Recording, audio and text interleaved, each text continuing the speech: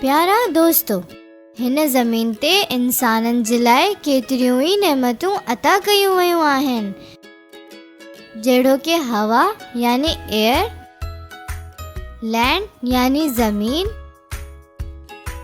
Forest यानी जंगल ऐं मिनरल्स यानी मादनियात। हिननि सभिनी खे अर्थ रिसोर्सिस चइबो आहे।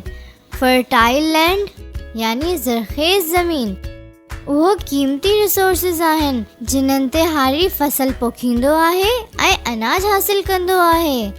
Fertile land is an important resource for farming. हाणे ॾिसो हिन ख़ूबसूरत जंगल खे।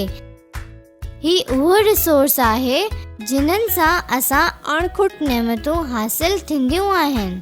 वण उहा नेमत आहे जंहिं सां असां काठ हासिल कंदा आहियूं। छा तव्हां ॿुधाए सघो था त काठ असांजे कहिड़े कमु ईंदो आहे? What is the use of wood in a everyday life? बिल्कुलु ठीक, काठ सां कारपेंटर यानी वाढो फर्नीचर तयार कंदो आहे। Carpenter manufacture furniture from would. अचो हाणे वठूं था तव्हां खां हिकु नंढो इम्तिहान। तस्वीरनि खे गौर सां ॾिसो ऐं ॿुधायो त असां हिननि अर्थ रिसोर्सिस खे कहिड़ी तरह इस्तेमालु कंदा आहियूं। How do we use the following earth resources?